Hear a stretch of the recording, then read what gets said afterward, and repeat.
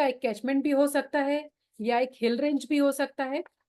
Sahana, can you share the next one? So वैसा नहीं है कि जब हम प्लांटिंग करते हैं तो हम केवल उस पर्टिकुलर पैच पे फोकस करते हैं जिसको हमें रिवेजिटेट करना है या रिजनरेट करना है। हमें प्लांटिंग के लिए पूरा लैंडस्केप को और इकोलॉजी को समझना बहुत जरूरी है। एंड इकोलॉजी को समझ लिया, लैंडस्केप को समझ लिया, तो लैंडस्केप समझने के बाद हमें वहां पे रह रहे लोगों को भी समझना चाहिए, है ना। उनकी क्या नीड्स हैं, वो इकोसिस्टम को किस तरह से देखना चाहते हैं। एंड ऑल्सो हमें एक वो भी जरूरत है कि कम्युनिटीज को वहां पे हम एक प्लेटफॉर्म प्रोवाइड करें जहाँ पे वो अपने कंसर्न्स, प्रॉब्लम वो सब शेयर कर सकें, आपस में बात कर सकें और अपने सवालों के जवाब वहां पे ही ढूंढ सकें। सो फॉर एग्जाम्पल कई बार वैसा भी रहता है कि जब हम रिवेजिटेशन या स्पेसिफिकली वो दिस तरह का एक्टिविटीज जब प्लान करते हैं तो हम चाहते हैं कि पूरा का पूरा लैंड हम एक साथ ही रिस्टोर कर देते हैं। सपोज कि अगर एक गांव में 20 हेक्टेयर का चारागाह है तो सारे के सारे चारागाह को हम एक साथ ही रिस्टोर कर देते हैं। बट रिस्टोर करने का प्लान सोच लेते हैं। बट हमको वो भी थोड़ा देखना चाहिए कि जिस भी गांव में ये रिस्टोरेशन प्लान हो रहा है, अगर सपोज वहां पे उस पैच पर कुछ 70% ऑफ वहाँ के जो पशु हैं वहां पे चरने जाते हैं, और अगर हम पूरे के पूरे पैच को रिस्टोरेशन प्लान के हिसाब से देखते हैं तो ये कैसे गांव के पशु कहाँ चरने जाएंगे। हाँ, इसके लिए हमको बेसिकली लोकल नीड को समझना होगा और उसके हिसाब से रिस्टोरेशन प्लान करना होगा। सो वो सभी प्लान को करने के लिए हमें कम्युनिटीज के साथ बैठकर उनको एक प्लेटफॉर्म प्रोवाइड करना चाहिए जहाँ पे वो इसके बारे में डिटेल में डिस्कशन कर पाए।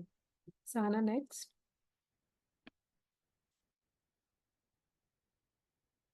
सो लैंडस्केप को समझ लिया, लोगों को समझ लिया, तो लैंडस्केप और लोगों को समझने के बाद हमें वहाँ का लोकल इकोसिस्टम को समझना बहुत जरूरी है जिसको कि हम रिस्टोर करना चाहते हैं।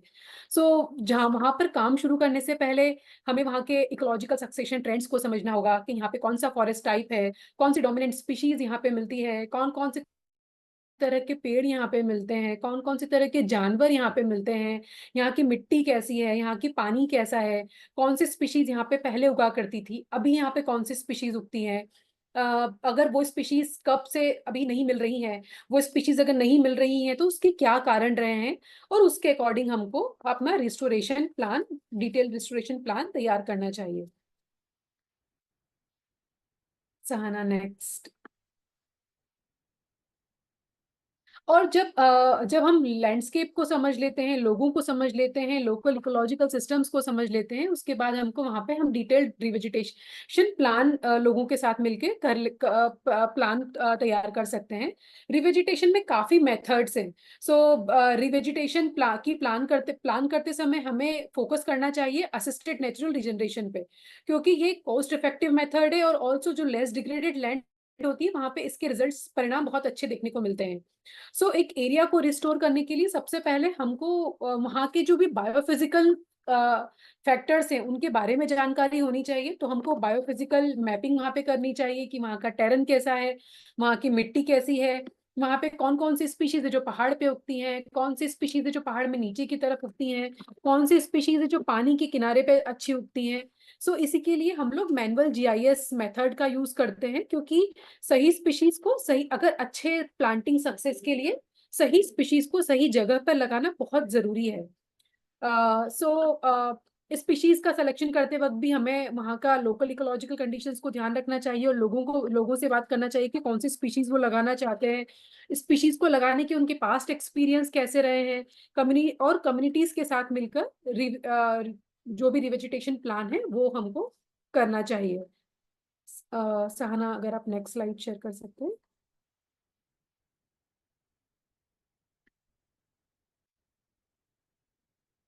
हैं। Thank you. सो ये अगर आप जो एक स्लाइड देख रहे हैं अपना स्क्रीन पे, ये एक मैनुअल जीआईएस का एक विजुअल रिप्रेजेंटेशन है जो मैं बता रही थी कि हमको मैनुअल जीआईएस बेसिकली हमको ये जानने में मदद करता है कि वहाँ का टेरेन कैसा है, वहाँ की सॉइल कैसी है, वहाँ की मिट्टी कैसी है, वहाँ की जो वहाँ का ढलान है वो किस तरह का ढलान है, कौन सी स्पीशीज है, कहाँ पे लगाया जाए स्पीशीज को तो वो अच्छा चलेगी, पहाड़ पे कौन सा स्पीशीज को लगाया जाए, बॉटम में कौन सा स्पीशीज को लगाया जाए। उसके साथ साथ ये हमें ये भी जानकारी देता है कि वहां पे एग्जिस्टिंग प्लांट स्पीशीज कैसी है, एग्जिस्टिंग स्टॉक कैसा है, उसके हिसाब से भी हमको प्लांटिंग करने में या फिर रिवेजिटेशन मेजर्स को समझने के लिए हमारी मदद करता है। सहाना नेक्स्ट।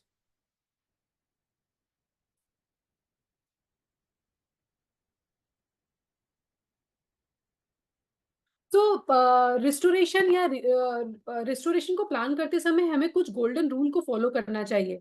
जैसे कि सबसे पहले हमारा प्लांटिंग पे हमारा फोकस नहीं होना चाहिए। सबसे पहले हमारा फोकस होना चाहिए कि उस एरिया में जो भी एग्जिस्टिंग वेजिटेशन है उसे कैसे प्रोटेक्ट किया जाए।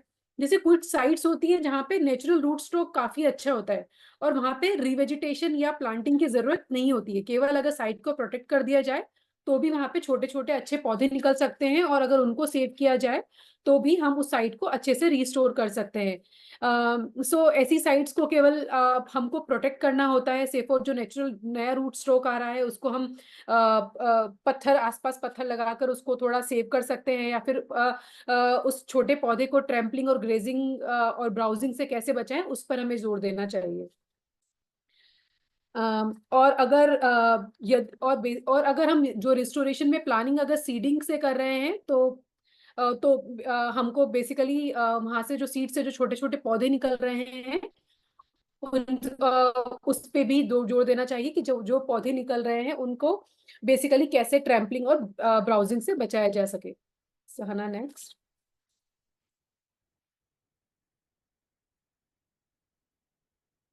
So next. सो अगर रिस्टोरेशन में अगर हम देखते हैं तो हमको सबसे सबसे जो महत्वपूर्ण बात है और सबसे जो हमको ध्यान में रखने की बात है कि प्लांटिंग और या फिर अब जब भी हम सीडिंग भी कर रहे हैं तो हमको स्पेसिंग का खास तौर से ध्यान रखें कि वहां पे प्लांटिंग करके हम लैंड यूज तो चेंज नहीं कर रहे हैं। यदि हम ग्रेजिंग लैंड में प्लांटिंग कर रहे हैं तो हमें स्पेसिंग पे स्पेसिफिकली फोकस करना चाहिए कि पौधे दूर दूर लगाएं, कम से भी कम 10 मीटर से 15 मीटर के अंतराल पर पौधे लगाएं।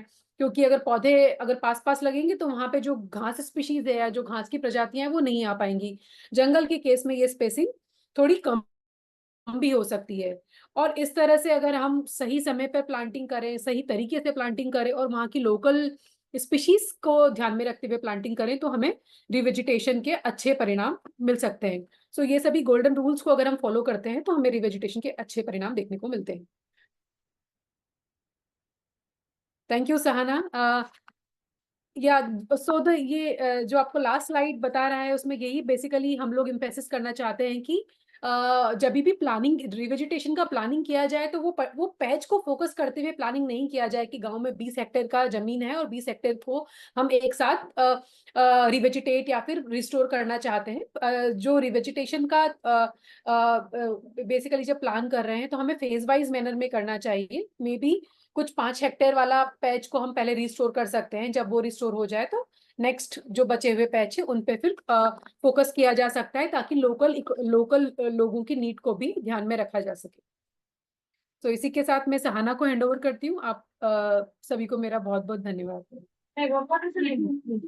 Thank you Himani, thank you context set करने के लिए।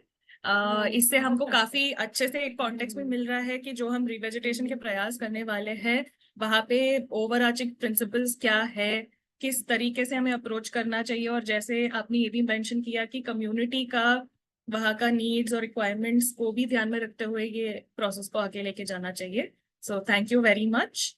अभी सतीश सर का आई थिंक थोड़ा सा जुड़ने में थोड़ा तकलीफ हो रहा है, बट अभी क्योंकि अनिल सर, सावन और द्रोण हमारे साथ ऑलरेडी है तो मैं रिक्वेस्ट करूंगी कि आप लोग थोड़ा सा हमें आज का जो टॉपिक्स है कि हमने आज का सेशन सोचा है साइट प्रिपरेशन के ऊपर फोकस करेंगे इस सेशन में। और साइट प्रिपरेशन को जब हम देख रहे हैं तो वहाँ पे फेंसिंग और पिटिंग दो बहुत इम्पोर्टेंट कार्य होते हैं।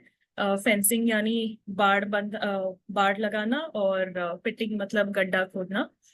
तो अनिल सर थोड़ा सा आप हमको फेंसिंग को लेकर के अगर आप बताएंगे कि जब करना है इसको फील्ड पे तो क्या क्या चीजें हैं जो ध्यान रखनी चाहिए, और अगर ऐसे कुछ ओवरआर्चिंग प्रिंसिपल्स है तो आप प्लीज साझा करें हमारे साथ।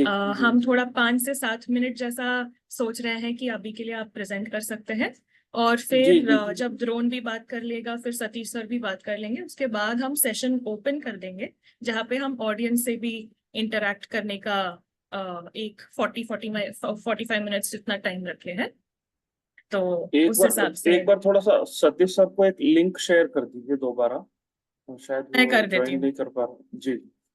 जी। तो सभी को नमस्कार। मैं एक कोई इस तरह का कोई प्रेजेंटेशन तो नहीं बनाया हूँ कि कोई जस्ट क्योंकि प्रेजेंटेशन बना लेते हैं थोड़ा सा वो मतलब चाहते हैं कि दोनों तरफ से बातें हो हमारी, है ना। तो सबसे पहले हम पीटिंग से पहले, हम फेंसिंग से पहले हमारा जो उद्देश्य है, जो हमारा जो एम है, ऑब्जेक्टिव है, वो क्लियर कर ले कि हम पीटिंग क्यों कर रहे हैं, हम हम पीटिंग क्यों कर रहे हैं, हम फेंसिंग क्यों कर रहे हैं। जो अगर वो पता है तो फिर कोई समस्या नहीं रहेगी। जैसे एक आम, जब हम बात करते हैं, मैं विशेषतः राजस्थान के केस में भी बोलूंगा, उड़ीसा, आंध्र प्रदेश, मध्य प्रदेश, सभी जगह पर, कि कई जगह ऐसा होता है कि हम देखिए पूरा संबंध इसका उद्देश्य से है कि हमें पिटिंग करना है। तो पिटिंग ठीक है, हमें कितने पौधे लगाना है, तो बात होती है कि हाँ हमें 3,000 पौधे लगाना है इस चारागाह में। अब इस चारागाह में 3,000 पौधे क्यों लगाएंगे? चारागाह है तो क्योंकि किसी के पास कोई आंकड़ा नहीं है कि उस लैंड का रिक्वायरमेंट क्या है और हमारा ऑब्जेक्टिव क्या है वहां पर पौधा लगाने का।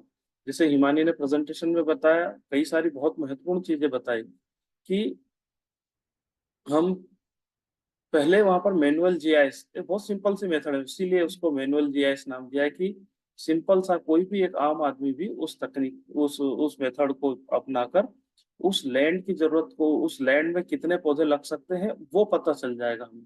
पहला तो है कि हमें पता, हमें हमें चारागाह को विकास करना है, कोई डिग्रेडेड फॉरेस्ट का विकास करना है, कोई फॉरेस्ट डिग्रेडेड हो चुका है उसका, उसको वापस से रिस्टोर करना है, या फिर कोई फॉरेस्ट बहुत ज्यादा सीवियरली डिग्रेडेड हो चुका है जिसको, या फिर कोई फॉरेस्ट पहले फॉरेस्ट था और वहां पर बैरन लैंड है तो हमें उसको रिस्टोर करना है।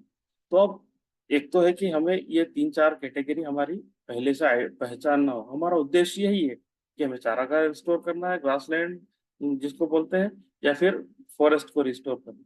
उसी के आधार पर आपका पौधों की संख्या, पिट की, गड्ढे की खुदाई, फेंसिंग, ये सब कुछ निर्भर उसी पर करती है। तो जो अगर आपका उद्देश्य क्लियर है कि हाँ, जैसे उड़ीसा के केस में मैं बात करूँ तो कि मुझे एक फॉरेस्ट है जो डिग्रेडेड है उसको रिस्टोर करना है, तो मुझे उस डिग्रेडेड फॉरेस्ट का जो पैच है, पैच ऑफ फॉरेस्ट है, उसको मार्क करना है कि हाँ मेरे पास ये इतना एरिया है। तो हम जो हमारा जो मैपिंग ऐप है, मैपिंग से हम उसकी पहले, सबसे पहले बाउंड्री बना लें ताकि हमें एरिया पता चल जाए कि टोटल जमीन कितने हेक्टेयर जमीन है। उस जमीन का पता चलते ही तो हमें फिर एक आइडिया लग जाता है मोटा मोटा कि हमें, हमारे पास कितनी जमीन है। उस जमीन का पता करने के बाद, मैपिंग के बाद तुरंत से उसका मैनुअल जीआईएस कीजिए। मैनुअल जीआईएस करेंगे तो हमें पता चल जाएगा कि वहां पर एग्जिस्टिंग रूट स्टॉक कितना है। एग्जिस्टिंग रूट स्टॉक मतलब कि वहां पर कितने छोटे पेड़ है, बड़े पेड़ है, झाड़ियां, ये सब कितनी है। अब हमें उस पेज ऑफ लैंड में रिस्टोरेशन करना है एज एन फॉरेस्ट। तो मान लीजिए कि वहां पर 100 पौधे पर हेक्टेयर उपलब्ध है और उसमें वर्केबल एरिया, अनवर्केबल एरिया भी देखना पड़ेगा हमें कि कितना एरिया वर्केबल है, कितना अनवर्केबल। वर्केबल एरिया क्या होता है कि जहां पर खाली जगह पड़ी है, जहां पर पौधे लगाने का स्पेस है, जहां पहले पौधे थे और काट दिए गए, वहां पर कुछ भी नहीं है। अनवर्केबल एरिया क्या है? जहां पर चट्टाने हैं, हो सकता है कोई नदी हो सकता है कोई तालाब हो सकता है कोई नाला हो। और अनवर्केबल एरिया में वहां पर एग्जिस्टिंग जो पेड़ है वो भी अनवर्केबल एरिया में कंसीडर होंगे। तो इन सभी को हम अनवर्केबल एरिया कंसीडर करेंगे और फिर हम जो भी बचा हुआ वर्केबल एरिया है उसको पता करेंगे कि हमारा, मान लीजिए कि 20 हेक्टेयर का पैच है, उसमें से 50% वर्केबल एरिया, 50% अनवर्केबल एरिया। तो अब हमारे पास जो, अगर 20 हेक्टेयर में से 50% वर्केबल एरिया है तो हमारे पास पौधारोपण के लिए कितने स्पेस बची? 10 हेक्टेयर जमीन बची। अब उस 10 हेक्टेयर में जो, अगर हम डिग्रेडेड फॉरेस्ट है, डिग्रेडेड फॉरेस्ट है और उसमें पर हेक्टेयर ऑलरेडी 100 पौधे उपलब्ध हैं, तो अब हमें डिग्रेडेड फॉरेस्ट मान लीजिए एक एक एस्टिमेटेड है कि 300 पौधे पर हेक्टेयर होना चाहिए। 400 पौधे, एक अच्छे फॉरेस्ट में 400 पौधे पर हेक्टेयर होने चाहिए मिनिमम। तो अब हमें कितने पौधे लगाना पर हेक्टेयर? सिंपल हो गया, 400 में से 100 कम कर दीजिए, 300 पौधे। अब हमारे पास जमीन कितनी है, हमारे पास 10 हेक्टेयर वर्केबल एरिया है, तो हमारे पास टोटल पौधों की संख्या कितनी हो गई, हमें 100 300 इंटू 10 3000 पौधे। तो अब हमारे उस 10 हेक्टेयर में 3000 पौधे लगाएंगे हम। इस तरह से हम अपने एरिया का डिमांड जानेंगे, हमारा उद्देश्य, और उस जमीन की क्या क्षमता कितनी है, उन दोनों को मैच करते हुए फिर गड्ढे खोदेंगे। और एक और चीज बता दूं आपको, जो फेंसिंग की बात करते हैं हम, तो जो का फेंसिंग करना है, तो मुझे मान लीजिए कि 2027 में पौधारोपण करना है, तो आज मुझे सोचना पड़ेगा कि मैं उस जगह पर 2027 वाली जगह को मुझे आज आइडेंटिफाई करना पड़ेगा फेंसिंग के लिए। क्योंकि कोई भी लाइव फेंस, हम हेज की बात कर रहे हैं ना, 2-3 तरह की जो आपने वीडियो भी देखे होंगे सर के, तो कुछ लाइव फेंस सबसे जो प्रेफरेबल है, हिमानी ने भी बताया कि लाइव हेज, जो लाइव फेंस मतलब वेजिटेटिव, मतलब वनस्पतियों की, जैसे सीजलपिनिया, बंडूक है, अगेव है ना, थोर है, ये सब इनको लाइव फेंसिंग मतलब वनस्पति से फेंसिंग करना। तो ये सब फेंसिंग की सर्विस देगी। फेंसिंग मतलब पशुओं को आने से रोकने के लिए ये सर्विस देगी 2 से 3 साल में। तो जो अगर मुझे 27 में प्लांटिंग करना है, तो मुझे फेंसिंग आज से प्लान करना होगा। तो वो फेंसिंग का मुझे अभी से प्लान करना होगा। ऐसा नहीं कि मुझे इस साल पौधारोपण करना है तो मुझे इस बार ही अभी लाइव फेंसिंग करना है, नहीं, वो सर्विस नहीं मिलेगी। हम पौधारोपण करेंगे, वो सर्विस वो फेंसिंग किसी काम की नहीं रहेगी। हाँ, जो अगर वर्तमान में जो अगर पौधारोपण करना है और लाइव फेंसिंग भी करना है, तो दोनों दो ऑप्शन है कि हम जो जो सर ने एक वीडियो में बताया था कि जो कैटल प्रोटेक्शन जो ट्रेंच खोदते हैं, है ना, वो ट्रेंच खोदे, उस ट्रेंच के ऊपर जो बंड है उसके ऊपर हम फेंसिंग का जो जो सीडिंग है या पौधारोपण है, फेंसिंग वाली प्रजाति की, बाड़ वाली प्रजाति की, उसको लगाएं, है ना। तो ये थोड़ा सा फिजिबल रहेगा। अदरवाइज केवल हम फेंसिंग लगा रहे हैं बिना ट्रेंच खोदे, तो वो फिर किसी काम की नहीं है, वो सर्विस नहीं मिलेगी और आपका पौधारोपण सफल नहीं हो पाएगा। पीटिंग करते समय शायद अभी द्रोण भाई भी अब बहुत अच्छे से पीटिंग का, द्रोण चंद्राकर जी काफी अच्छे से एक्सप्लेन करेंगे। कुछ कुछ छोटी सी सावधानियां हैं जो मैंने आपको एक सहना, मेरे पास समय है? जी जी, है ना, बिल्कुल बिल्कुल, बोलिए। हाँ। प्लीज, है ना, प्लीज थोड़ा सा बीच में टोक दीजिएगा जो अगर समय के कम है तो। बिल्कुल। जी जी, है ना। तो कुछ हमें ध्यान रखना चाहिए चीजों का, कि मान लीजिए एक पौधा ऑलरेडी वहां पर है, तो कोशिश करें कि उसके आसपास 5 मीटर के दायरे में कोई भी गड्ढा ना खोदें, है ना। मान लीजिए कि एक एक छोटी झाड़ी है, तो उस झाड़ी से 3 मीटर की दूरी के बाद ही कोई पीट खोदे। कोई वृक्ष प्रजाति है तो 5 मीटर के बाद ही उसको गड्ढा खोदें, है ना। हर एक और चीज जो सर हमेशा बताते हैं कि पीठ से पीठ का जो, अगर आपका निर्भर करता है, वही फिर यही बात आती है कि निर्भर करता है हम चारागाह का विकास कर रहे हैं या डिग्रेडेड फॉरेस्ट, सीवियर डिग्रेडेड। तो वो निर्भर करता है कि हम, हमारा उद्देश्य क्या है, उसी के आधार पर पीठ का डिस्टेंस तय होता है। चारागाह का जो अगर हम कर रहे हैं तो 10 मीटर से किसी भी हाल में 10 मीटर से एक पौधे से दूसरे पौधे की दूरी, एक पीठ से दूसरे पीठ की दूरी, एक लाइन से दूसरी लाइन की दूरी, और एग्जिस्टिंग रूट स्टॉक से भी 10 मीटर की दूरी रखना है। मान लीजिए 2 लाइन के बीच में एक पौधा आ रहा है और दोनों के बीच की 10 मीटर की दूरी, तो वो दोनों पौधे गड्ढे नहीं खोदना चाहिए। ठीक है, तो हमें इस बात का ध्यान रखना है। जो अगर हमारा फॉरेस्ट डिग्रेडेड है, तो हमें 5 से 7 मीटर की दूरी, मिनिमम 5 से 7 मीटर की दूरी आपको रखना है।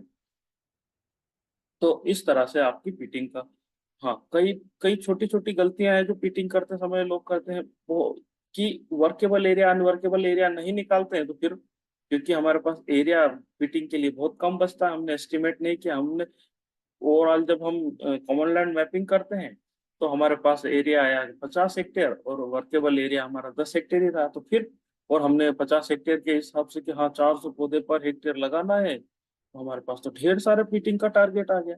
और उस टारगेट को अचीव करने के लिए हम कुछ भी करके पीटिंग करते हैं। फिर क्या करते हैं, जो श्रमिक है वो पास पास गड्ढे खोदने लगते हैं, पेड़ के पास गड्ढे खोदने लगते हैं। तो इस तरह से थोड़ी सी इन चीजों का ध्यान रखना चाहिए। और पीटिंग, कोशिश करें पीटिंग का अप्रैल से पहले हमारी पीटिंग कंप्लीट हो जाए तो बहुत अच्छा होगा। उससे पौधे जो अगर आप लेट पीटिंग करेंगे, जैसे मान लीजिए अभी सर आ गए हैं, अभी आप पीटिंग करेंगे 15 जून के बाद, तो पौधे की वृद्धि बहुत कम होगी, इससे ग्रोथ स्लो होगी और मोर्टेलिटी में भी उसका असर पड़ेगा। ठीक है, और फिर आगे मैं सभी का समय नहीं लूंगा, द्रोण जी भी है, सतीश सर भी आ गए हैं, तो thank you Sahana. Thank you बहुत, थैंक यू अनिल सर। आप जब तक सतीश सर थोड़ा सा अपना सेट कर रहे हैं, थोड़ा इलेबरेट करना चाहेंगे कि जब हम फेंसिंग करते हैं, बाड़बंदी करते हैं, तो वो अलग अलग तरीके के कौन से फेंसिंग है जो हम कर सकते हैं, और सबसे अच्छा या वायबल क्या रहेगा हमारा देखिए रिवेजिटेशन प्रैक्टिसेस के लिए? जी, सबसे वाइबल जो है फेंसिंग है वो है सोशल फेंसिंग। हम पहले से हम खुद गांव में निर्धारित कर ले कि हम कहीं पर भी जो ओपन ग्रेजिंग है या फिर जो हम आवारा जो पशुओं को छोड़ देते हैं उसको ना करें।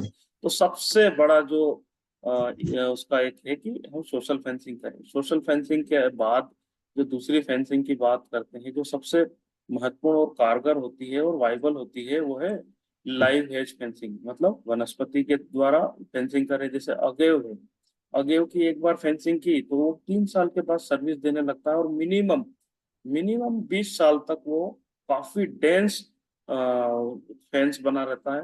और इतने में 20 साल में का शायद हमें फेंसिंग की जरूरत भी ना पड़े, अगर उसकी सर्विस तो वो 20 साल तक देगा, तो हमें शायद उसके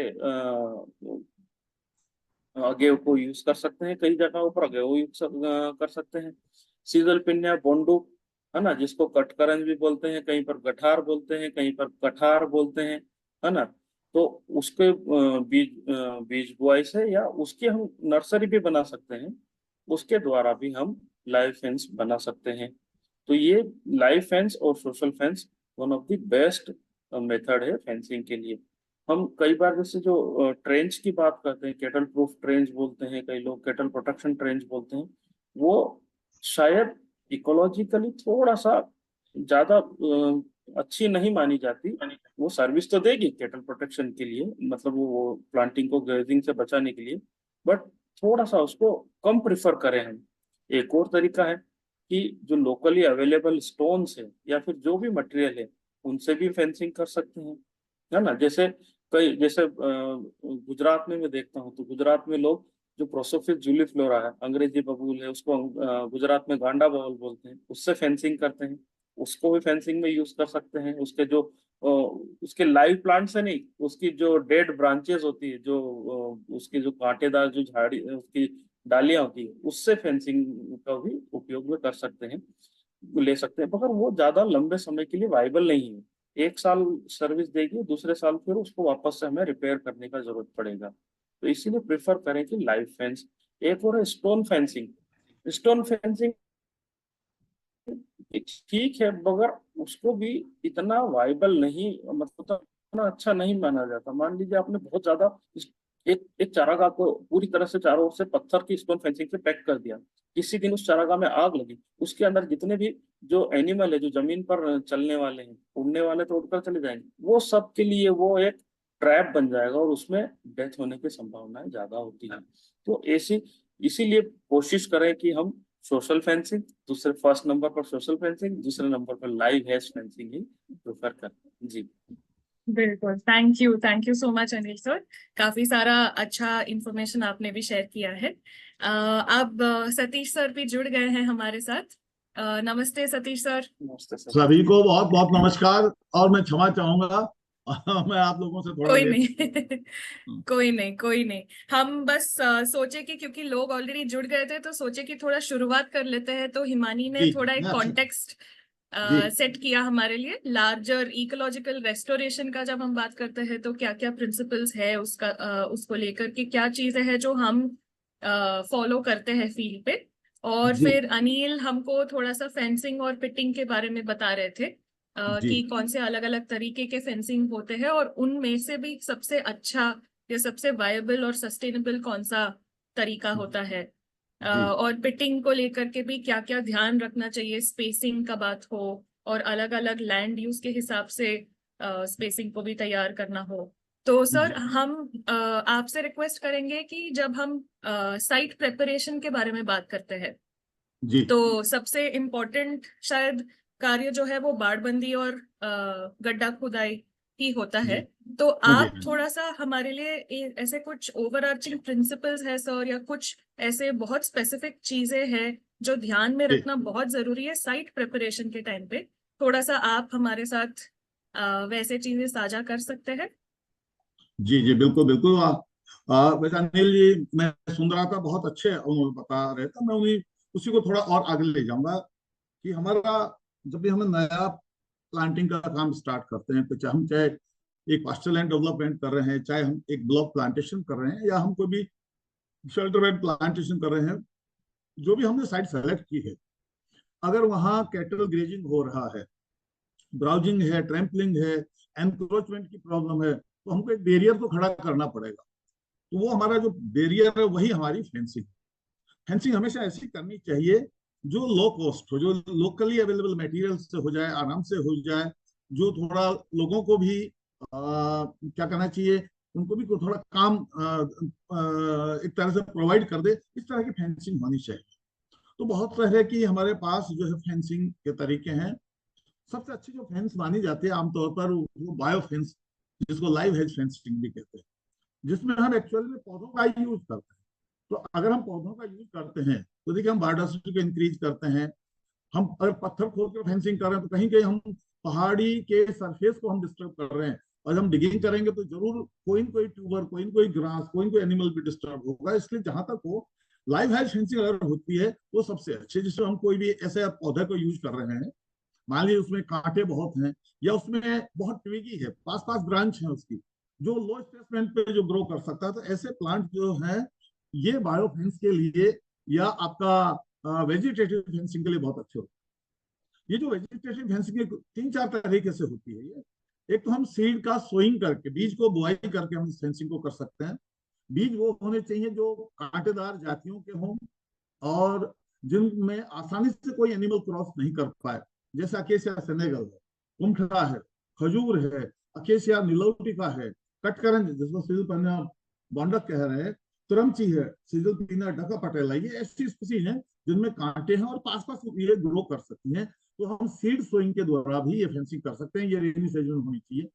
कुछ फेंसिंग हम कटिंग के द्वारा तैयार कर सकते हैं, जैसे कि आपका यूफोर्बिया, तरह तरह की यूफोर्बिया जिनको तूर कहते हैं, ओपन शेयर जिसको नागफणी कहते हैं, रतन जो है, अर्नी है, पिडिलेंथस जिसको नागौन कहते हैं। कई जगह मेहंदी की फेंसिंग भी लोग करते हैं। एक सेंदड़ा, डेलोनिक्स अलाटा, इससे भी करते हैं। कई जगह आप रामेश्वरम और इधर चले जाएं साउथ इंडिया में, तो केवड़ा एंडेनस की भी फेंसिंग हम करते हैं। तो इन पौधों की जो कटिंग्स हैं उनको लगा के हम फेंसिंग कर सकते हैं।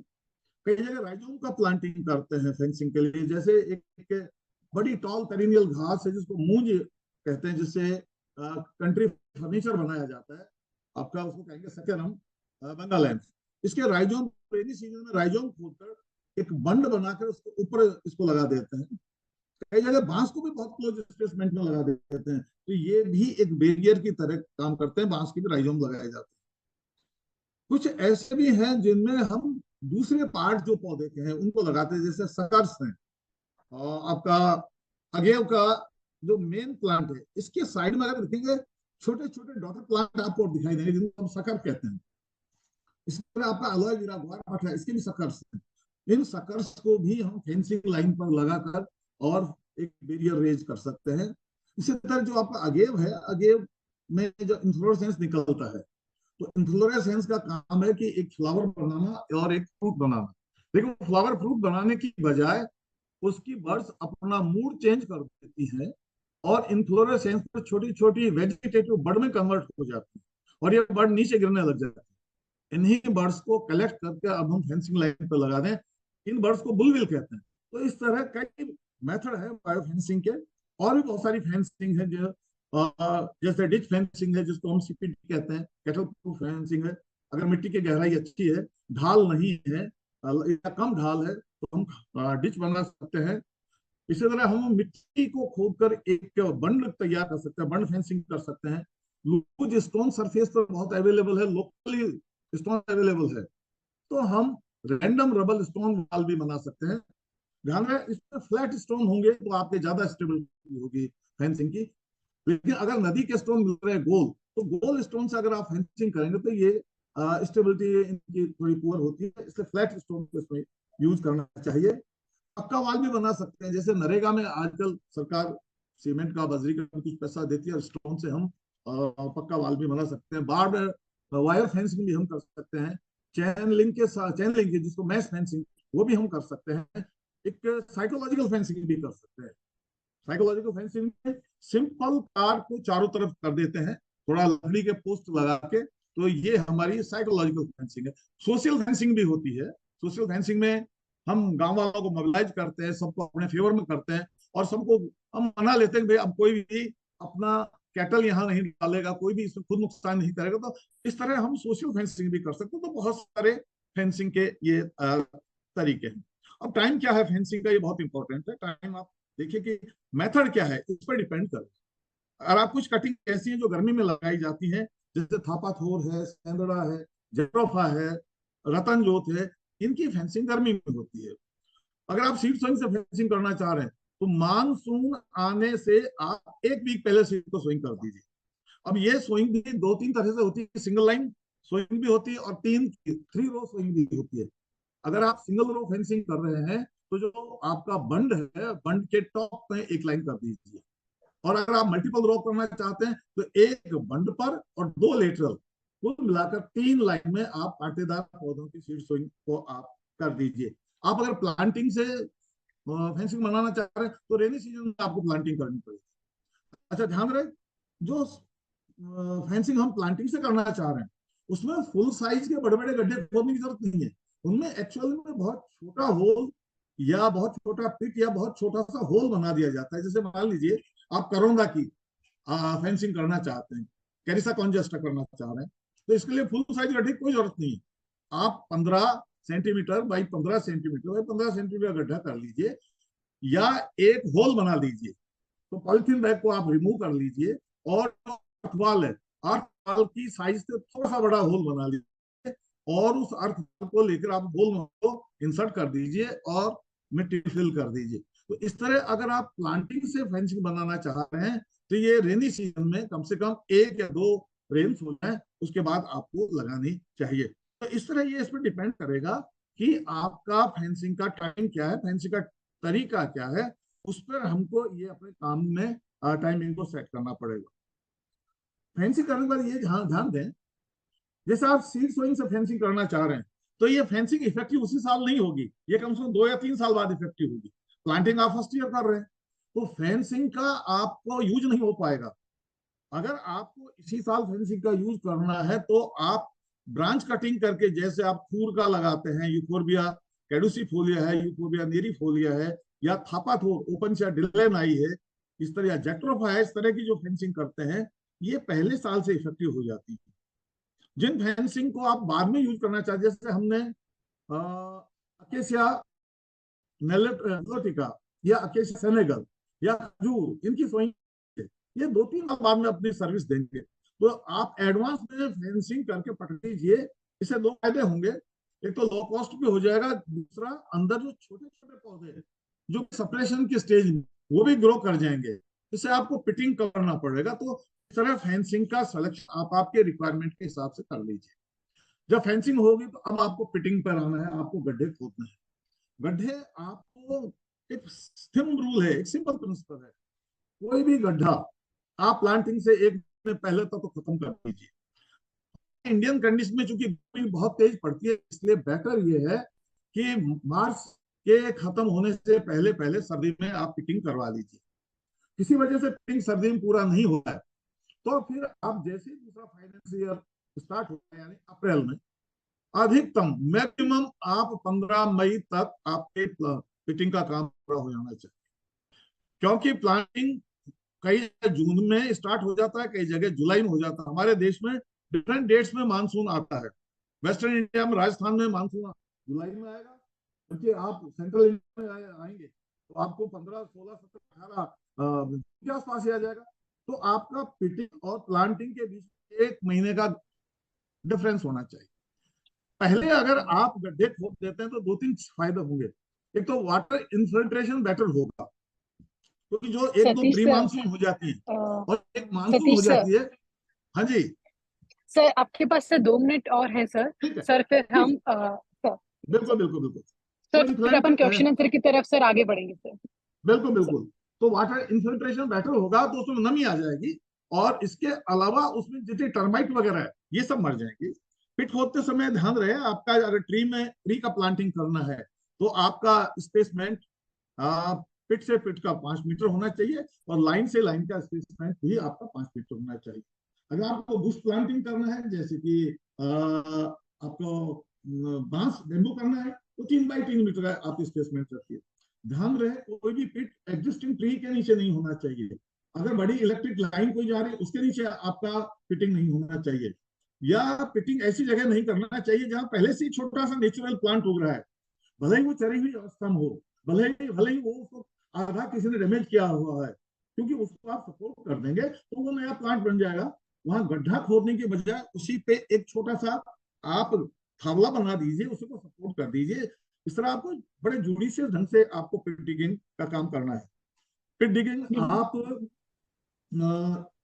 मैनुअल भी कर सकते हैं, आजकल ऑगर भी आने लगे हैं, ट्रैक्टर से ऑगर चलते हैं, तो ऑगर से आपका सर्कुलर पिट बनेगा।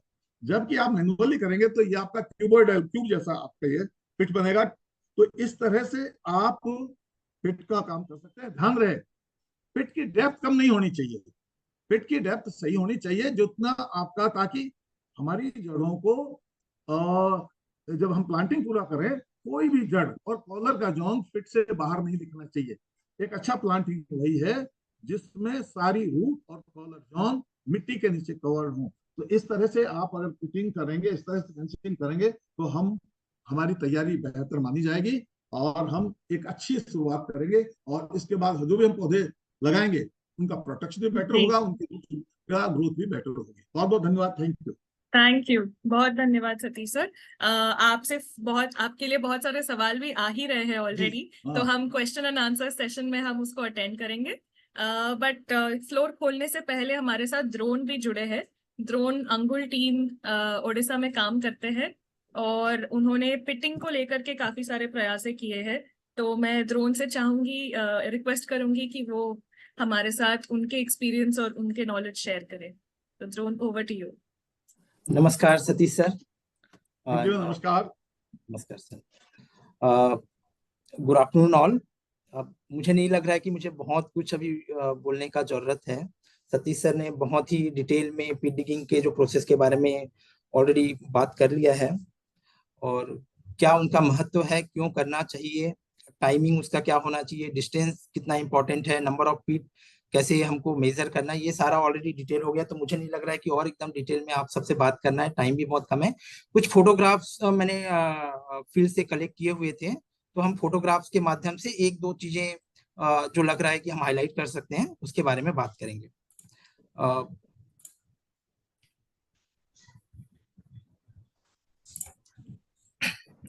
एक मिनट सर।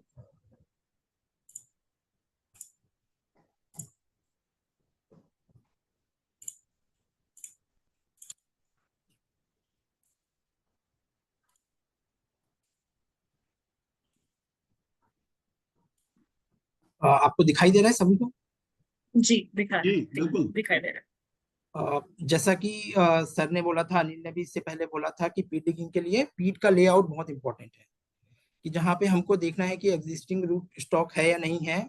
और जनरली बहुत सिंपल मेथड यूज करते हैं जब लेआउट देते हैं।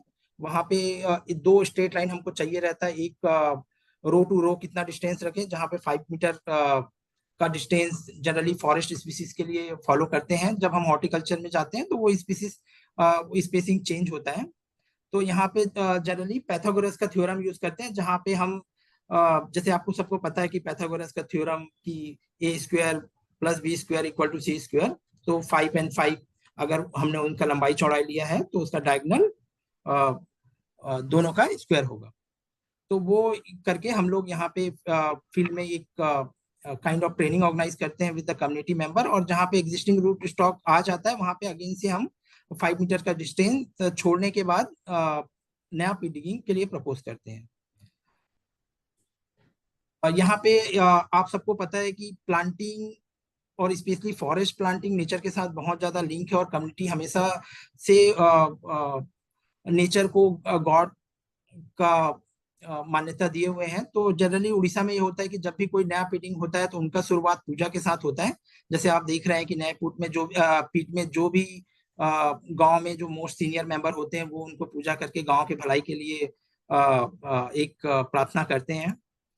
पीट डिगिंग में जो लेआउट दिए रहते हैं, जहाँ जनरली यहाँ पे हम करते हैं कि एक चूने से हम मार्किंग कर देते हैं, और लोगों के साथ एक जैसे कि यहाँ पे हम फॉरेस्ट स्पीसीज का पीट डिगिंग करते हैं, जिनका dimension 45 centimetre 40 into 45 centimetre into 45 centimetre है। तो एक लकड़ी 45 सेंटीमीटर का तोड़ के हर जगह हम दे दिए रहते हैं, ताकि जब वो पीट डिगिंग करेंगे तो उनको पता चल सके कि वो डायमेंशन मेंटेन कर रहे हैं नहीं कर रहे हैं। कम्युनिटी आपस में आके उस पर्टिकुलर जहाँ पे चूना से मार्किंग रहता है वहां पे पीडिगिंग स्टार्ट करते हैं। जब पीडिगिंग करते हैं तो कुछ चीजों का ध्यान रखते हैं कि जो अपर मोस्ट सॉइल है, जो 10 से 15 सेंटीमीटर का अपर मोस्ट सॉइल है, जनरली वो बहुत फर्टाइल सॉइल है, वहां पे ह्यूमस ज्यादा है, तो वो वाले सॉइल को हम एक अलग जगह निकाल के रख लेते हैं, और उसके नीचे जो हार्ड सॉइल आता है उनको हम साइड में, दोनों को अलग साइड में रखते हैं, ताकि जब हम यहाँ पे पिट फिलिंग करेंगे तो हमको इंश्योर करना है कि जो ह्यूमस एंड ऑर्गेनिक सॉइल है वो कैसे बॉटम में जाए, और अपर वाले सॉइल को कैसे अच्छे से मिक्सिंग कर पाए। तो ये एक ध्यान रखते हैं। आप ये पीट देख पा रहे हैं जहाँ पे सॉइल दो तरीके से रखा हुआ है, और सॉइल के डायमेंशन को ट्राई करना है कि हमको जो स्टैंडर्ड डायमेंशन दिया हुआ है उसमें एटलीस्ट वो मेंटेन करें। तो और मुझे नहीं लग रहा है कि और मेरे पास कुछ ज्यादा कुछ है, क्योंकि सर ने बता दिया है कि पीट डिगिंग का मेजर अगर ऑब्जेक्टिव देखें तो कैसे रूट डेवलपमेंट को सपोर्ट करें, जहां पे उनको एक स्पेस मिल पाए अपने रूट को डेवलप करने के लिए। क्योंकि जब पीट डिगिंग करेंगे तो सॉइल को लूजन करेंगे, लूज होगा तो रूट का डेवलपमेंट भी बहुत फास्ट होगा। पीट अगर हम पहले करते हैं प्लांटिंग के पहले, स्पेशली अप्रैल के टाइम पे, तो एरिएशन का एक बहुत अच्छा टाइम मिलता है, जितने भी डिजीज होते हैं वो भी वहां पे खत्म हो जाते हैं। एंड ऑब्वियसली मॉइस्चर रिटेंशन में सबसे बड़ा इंपॉर्टेंट काम आता है, क्योंकि पीट हम फॉरेस्ट लैंड में पीट डिगिंग कर रहे हैं, फॉरेस्ट्री प्लांटेशन कर रहे हैं, और आफ्टर बहुत कम चांसेस हैं कि जहाँ पे हम वाटरिंग के लिए जाएं, स्पेशली उड़ीसा कॉन्टेक्स्ट में। तो अगर पीट डिगिंग प्रॉपर होगा, बहुत पहले से हम कर रहेंगे, तो वाटर रिटेंशन कैपेसिटी और पर्टिकुलर पीट का बढ़ जाएगा, और लॉन्गर ड्यूरेशन तक वो प्लांट को मॉइस्चर प्रोवाइड करेगा, जहाँ से हम एक्स्ट्रा जो वाटरिंग का है वो अवॉइड कर सकते हैं। तो मेरी तरफ से इतना ही है। सभी को धन्यवाद। बहुत बहुत धन्यवाद रोहन। अगर थोड़ा सा आप और एक दो लफ्ज ऐड करना चाहेंगे उड़ीसा के कॉन्टेक्स्ट में जो कम्युनिटी लेड रीजनरेशन एफर्ट्स है, और उसको लेकर के अगर आप थोड़ा सा यहाँ पे शेयर करना चाहेंगे कि कैसे ये समुदाय के थ्रू एक्टिवेट होकर के आगे बढ़ता है, तो 2 मिनट लेकर के आप उसके बारे में बात कर सकते हैं। जैसे जब स्टार्टिंग हो रहा था तो हिमानी ने बोला कि revegetation is just not the plantation, ये प्लांटिंग कर रहे हैं तभी रिवेजिटेशन कर रहे हैं। उड़ीसा एंड अंगुल के कॉन्टेक्स्ट में जहाँ पे रेनफॉल अराउंड 1400 मिलीमीटर है, यहाँ का सॉइल डेप्थ भी बहुत हाई है, और एग्जिस्टिंग रूट स्टॉक भी बहुत ज्यादा स्ट्रांग है। तो यहाँ पे जनरली कम्युनिटी ये ट्राई करता है कि जो ओपन स्पेसेस हैं वहाँ पे फर्स्टली अगर सोशल फेंसिंग हम कैसे कर पाए, और सोशल फेंसिंग के माध्यम से रेदर देन कि हम प्लांटिंग में जाएं, वहां पे लोकल जो सीड है उनको कलेक्ट करके, कम्युनिटी जनरली वो सीड को कलेक्ट करता है, और सीड बॉल प्रिपेयर करने के बाद वो सीड बॉल को जनरली वो ट्राई करते हैं कि कॉमन लैंड में उसको थ्रो करते हैं। और हमने ये देखा है, ऑब्जर्व किया है, कम्युनिटी ने खुद ऑब्जर्व किया है कि जब सीडिंग कर रहे हैं तो chances of survival is more as compare to the planting, क्योंकि वो ऑलरेडी वहां पे एग्जिस्टिंग रूट स्टॉक रहता है। किसी ने यहाँ पे क्वेश्चन पूछा था कि कौन से स्पीसीज का सिलेक्शन करना चाहिए। जब कम्युनिटी सीड वहां पे कलेक्ट कर रहा है, इसका मतलब है कि जो लोकल नेटिव स्पीसीज के प्लांट हैं वही सीड कम्युनिटी कलेक्ट कर रही है, और वही सीड अगेन फॉरेस्ट में जा रहे हैं। तो कोई बाहर का इन्वेसिव स्पीसीज या बाहर का प्लांटेशन जो वहां पे नहीं है प्लांटिंग, वो नहीं आ रहा है, तो वो बहुत सुटेबल है। दूसरा, उड़ीसा के लेवल पे अगर हम देखें तो फॉरेस्ट में डिपेंडेंसी कम्युनिटी का बहुत ज्यादा है। स्पेशली जो फ्यूल वुड है यहाँ का एक मतलब नॉर्मल है कि लोग जाते हैं, कुछ स्पीसीज है जिनको काटते हैं, बहुत बार ऐसा होता है, और फ्यूल वुड लेके आते हैं, अदर पर्पज से भी लेके आते हैं। तो क्योंकि उनका रूट स्टॉक ऑलरेडी बहुत स्ट्रांग है। तो प्लांटिंग में जाने की बजाय अगर क्या हम वहाँ पे सिल्वीकल्चर ऑपरेशन के थ्रू कुछ ऐसा एक्टिविटी करें जिससे वो रूट फिर से रिजनरेट हो पाए। तो यहाँ पे एक इनिशिएटिव लिया गया था जहाँ पे मनोहर, अनिल, इन लोग ने बहुत ज्यादा सपोर्ट किया हुआ था कि हम स्टम्प ड्रेसिंग करते थे सेलेक्टेड स्पीसीज का, और वो बहुत अच्छा कम्युनिटी ने रिजल्ट देखा। स्टम्प ड्रेसिंग किया, कोई एक्स्ट्रा एफर्ट नहीं लगा, और क्योंकि रूट उसका उस समय तक लाइव था, डेड नहीं था, सो जैसे ही रूट को मॉइस्चर मिला अगेन रिजनरेशन स्टार्ट हो गया। सो वो फॉरेस्ट अभी आज की डेट में आप जाके देखेंगे तो कम्युनिटी ने उसको इतने अच्छे तरीके से मैनेज किया है कि एक सस्टेनेबल हार्वेस्टिंग की तरफ हम बात करते हैं कि कुछ चीजें हमको काटना भी पड़ेगा, कम्युनिटी अगर उसके ऊपर डिपेंडेंसी बना है तो उसको कैसे मैनेज करेगा। तो वो मुझे लगता है कि यहाँ पे उड़ीसा में वो बहुत अच्छे तरीके से कम्युनिटी अपने जंगल को सुरक्षित करने में काम कर रहा है। जी ठीक है, बहुत बहुत धन्यवाद रोहन। ठीक है, तो अभी हम ये फ्लोर खोल देते हैं सवालों के लिए।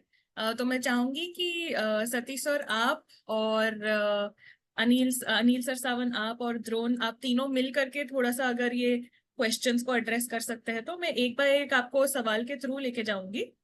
बट मैं रिक्वेस्ट करूंगी आप तीनों से, है ना, कि थोड़ा सा आप हेल्प करना इन सारे क्वेश्चंस को एड्रेस करने में। तो एक सवाल आया था पहले कि शिव कुमावत से कि सर हम गड्ढे खोदते वक्त बहुत बार 1 फीट के बाद पत्थर आ जाते हैं, तो तब हम उसमें पौधा लगाना, तो जब ऐसा पत्थर मिल जाता है तो उसमें पौधा लगाना चाहिए या नहीं, और यदि हम पौधा लगाते हैं तो किस प्रोसेस से लगाना चाहिए?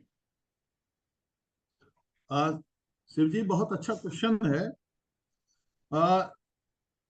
आपने चूंकि जब ये गड्ढा खोदा है तो कुछ तो हमारी कॉस्ट इन्वॉल्व हो गई है, तो अगर हम इसको छोड़कर जाएंगे तो हमारा टाइम और हमारा कॉस्ट कुछ वेस्ट हो जाएगी।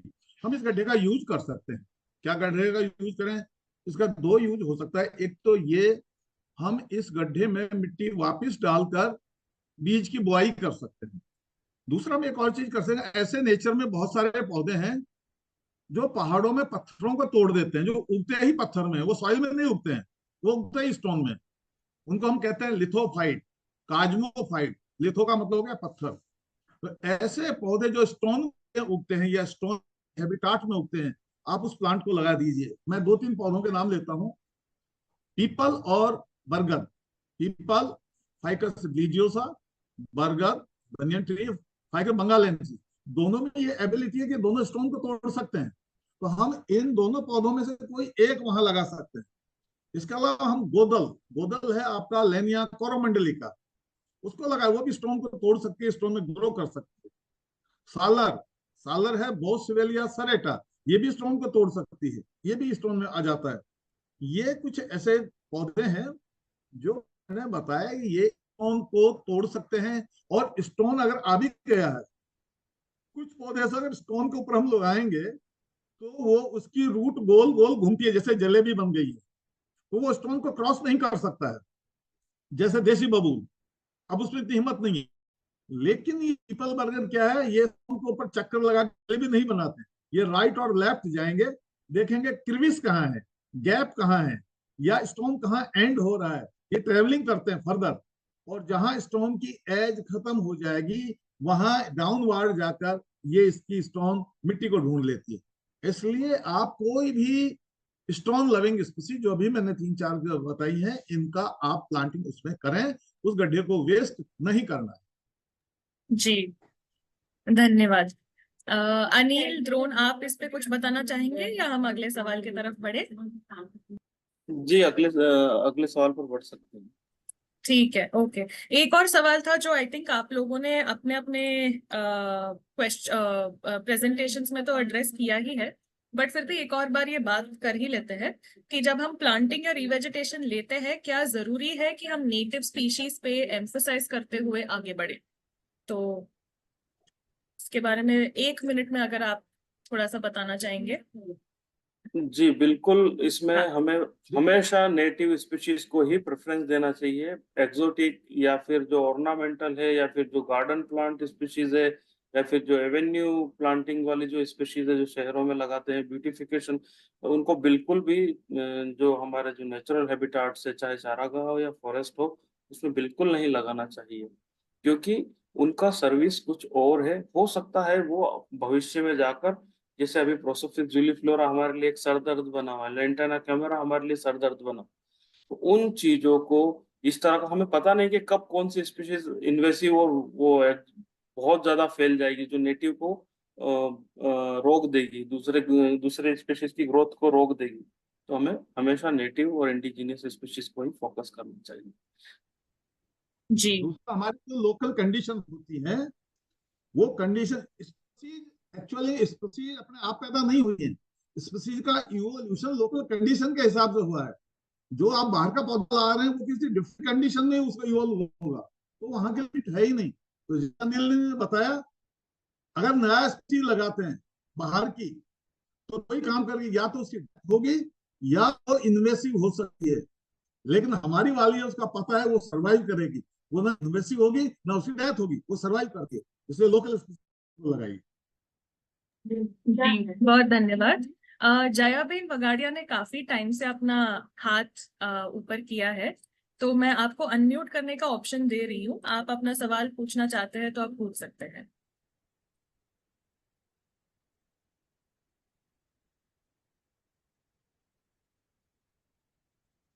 ठीक है, जब तक वो आते हैं, हमारे साथ सत्यनारायण पटनायक करके भी जुड़े हैं, वो भी अपना हाथ रेस किए हैं। सत्यनारायण जी, आप अनम्यूट करके आपका सवाल पूछ सकते हैं।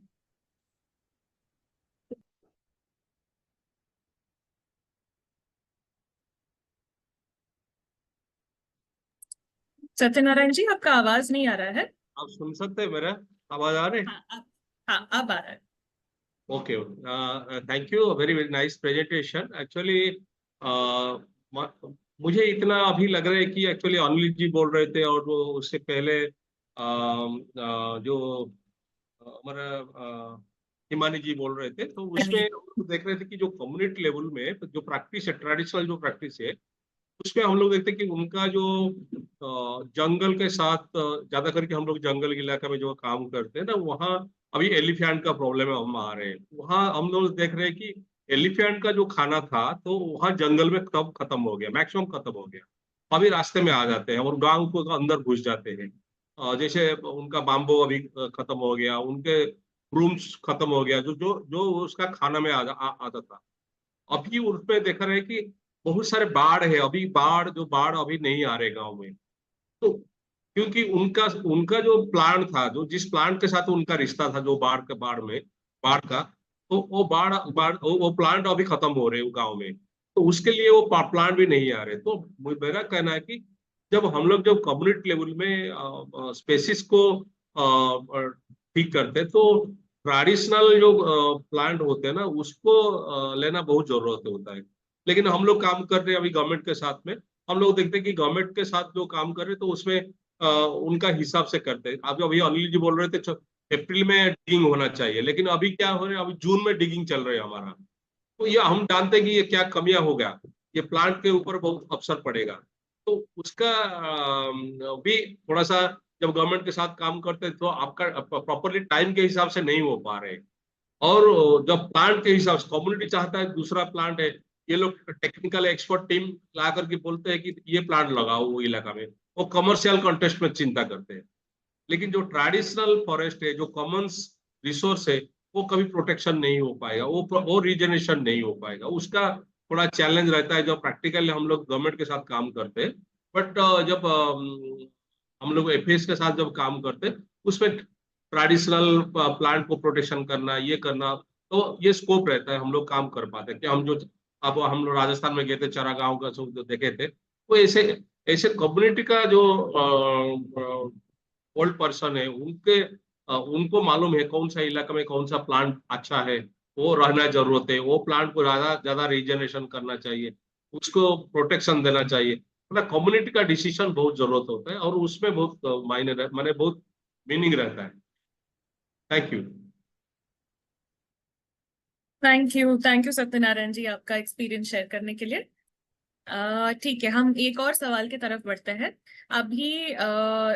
सर, एक और सवाल है कि सागवान का जो पेड़ है, प्रति हेक्टेयर संख्या उसका क्या होना चाहिए जब हम उसको उगाने का कोशिश कर रहे हैं? देखिए, सागवान एक ऐसी स्पीसीज जो सदर्न जो फॉरेस्ट है, यानी नदर्न और सदर्न दो फॉरेस्ट टाइप हैं, चैंपियनशिप ने बताई है। तो सदर्न ड्राई डेसिडुअस फॉरेस्ट से ये स्पीसीज स्टार्ट हो जाती है।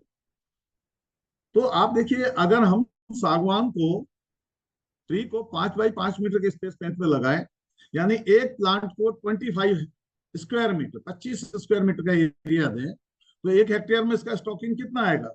एक तो 10,000 में आप 25 का दे दीजिए, तो आपका 400 प्लांट पर हेक्टेयर का स्टॉकिंग आ रहा है। और अगर हम इसको कम स्पेस पेंट पे लगाते हैं, मिनिमम 3 बाई 3 से तो हम छोटा लगा ही नहीं सकते। तो 3 बाई 3 का मतलब एक प्लांट को 9 स्क्वायर मीटर का हम स्पेसमेंट दे रहे हैं, एरिया दे रहे हैं। अगर हम मिनिमम भी मान लें 9 का, तो देखिए 10,000 वर्ग मीटर, यानी एक हेक्टेयर में 10,000 वर्ग मीटर एरिया होता है, तो 9 का भाग देते हैं तो 1100 प्लांट आ रहे हैं। लेकिन ऐसा तो होगा नहीं अकेला सागवानी कहीं उगता है, उसके एसोसिएट भी तो उगते हैं। इसलिए ध्यान रहे, कभी भी आप प्योर सागवान ना लगाएं, आप मोनोकल्चर की तरफ नहीं जाएं, क्योंकि नेचर में कभी भी सागवान प्योर 100% सागवान नहीं उगता है, उसके एसोसिएट भी उगते हैं। क्योंकि इनके एसोसिएट पास में उगकर अपने रूट से बहुत सारे चीजें, यूजफुल चीजें सीक्रेट करते हैं, रूट से रूट को कनेक्ट करके एक्सचेंज करते हैं, उसके एसोसिएट जरूर लगाएं। यानी कि आप सागवान को 70% रख सकते हैं, 50% रखते हैं, 80%, 100 मत रखिए। दूसरी चीजों को और लगाइए, क्योंकि 100 लगाते हैं तो 1100 प्लांट पर हेक्टेयर हो जाते हैं, लेकिन झाड़ियां भी तो उगी नहीं, हम उनको डिस्ट्रॉय नहीं कर सकते। आप देखिए, कहीं भी आप देखें इंडियन कंडीशन में 700-800 प्लांट्स गड्ढे पर हेक्टेयर से ज्यादा आप नहीं लगा सकते। और इसके साथ और दूसरी चीजें मिक्स करेंगे इसके एसोसिएट, तो लगभग 400-500 आपका सागवान पर हेक्टेयर से ज्यादा नहीं लगना चाहिए। क्योंकि इसके साथ उगने वाला आपको धावड़ा, यानी सफेद धौप जिसको कहते हैं, एनागेसिस लैटिफोलिया, उसको भी मिक्स करिए। इसके साथ आने वाला पलाश, थोड़ा सा ब्यूटामुल, उसको भी थोड़ा सा मिक्स करिए। इसके साथ उगने वाला करंज, उसको भी मिक्स करिए। इसके साथ उगने वाला बहेड़ा, उसको भी मिक्स करिए। इसके साथ उगने वाला महुआ, थोड़ा थोड़ा, यानी पॉलीकल्चर की तरफ जाइए। ज्यादा इसका कर लीजिए अगर कॉमर्शियल है, लेकिन आप 100% इसको ना करें। तो इस तरह से मैं ये कहूं कि सागवान प्लस और एसोसिएट स्पीसीज का अधिकतम प्लांटिंग आपका जो हो सकता है, मैक्सिमम हो सकता है वो 1000 प्लांट एक हेक्टेयर से ज्यादा नहीं हो सकता। लेकिन फिर भी ऑलरेडी थोड़ा बहुत प्लांट कोई नेचुरल प्लांट होते हैं, इसलिए 400 से 700-800 के बीच में प्लांट आप पर हेक्टेयर जो है रख सकते हैं। जी, थैंक यू सर। एक और सवाल है कि क्या ढोक या एनोगेसिस पथरीली जमीन में लगाया जा सकता है? देखिए, आपने धौक कह के आधा क्वेश्चन किया है। धौक जो है, जिसको एनागेसिस आपने बोला, इसमें 5 स्पीसीज सब स्पीसीज हैं। एनागेसिस पेंडुला जो सबसे सूखे इलाके में आता है और सबसे स्टोनी इलाके में आता है। दूसरा है एनागेसिस लैटिफोलिया, जिसको हम सफेद धौक कहते हैं। तीसरा है इंद्रधौक, एनागेसिस एक्यूमुलेटर। और चौथा है आपका एनागेसिस सिरेसिया, वैरायटी सिरेसिया। एक और है एनागेसिस सिरेसिया वैरायटी निम्बेरिया। इन तीनों को लोग बोलचाल में इंद्रधौक कह देते हैं। एक्यूमुलेटर को कांटा धौक भी कहते हैं। अब देखिए, आप जो मैं समझ पा रहा हूं, आप एनागेसिस पेंडुला की बात कर रहे हैं, जो कि अरावलीज में सबसे ज्यादा डोमिनेंट है। इस धौक को उगने के लिए इसकी रूट में आप देखिए स्टोनी ग्रिटी सॉइल चाहिए। स्टोनी ग्रिटी का मतलब जो स्टोन या स्टोन के छोटे छोटे पीस ग्रिट से जो बना हुआ हो, और उनमें दरारें भी हों। क्योंकि जब स्टोन पड़ा होगा तो पानी नहीं हो पाएगा। पानी कब होगा? उसमें क्रिविसेज होंगे, उसमें क्रिविस होंगे तो पानी होगा दरारों में, क्योंकि मिट्टी तो है नहीं। तो ये जो धौक है, ये स्लोपी लैंड पर जहां थोड़ी सी शैलो सॉइल है, ग्रिटी सॉइल है, स्टोनी सॉइल है, उन एरिया वेल ड्रेन्ड सॉइल है, पानी बरसता तो है लेकिन बहकर रन ऑफ होकर चला जाता है। वहां की चट्टानें थोड़ी सी हल्की सी रहती है, उन एरिया में होता है। तो आप देखिए, दिल्ली से पहाड़गंज से हो जाएगा या अरावली में, जिसको नदर्न अरावली कहते हैं, वहां से स्टार्ट होता पूरा अलवर, जयपुर, दौसा, अजमेर तक आ गया। अजमेर से और साउथ की तरफ आए, गुजरात की तरफ, तो ऑलमोस्ट ये चला, ये स्पीसीज चली गई है आपका उदयपुर को इसने टच कर लिया है, वहां तक ये स्पीसीज है। तो अरावली, अरावली के ढाल, स्लोप और जहाँ स्टोन है वहाँ बहुत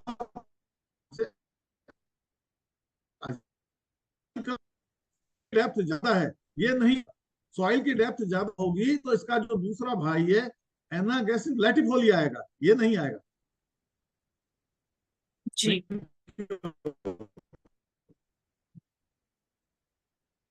सतीश सर, आपका आवाज थोड़ा टूट रहा है।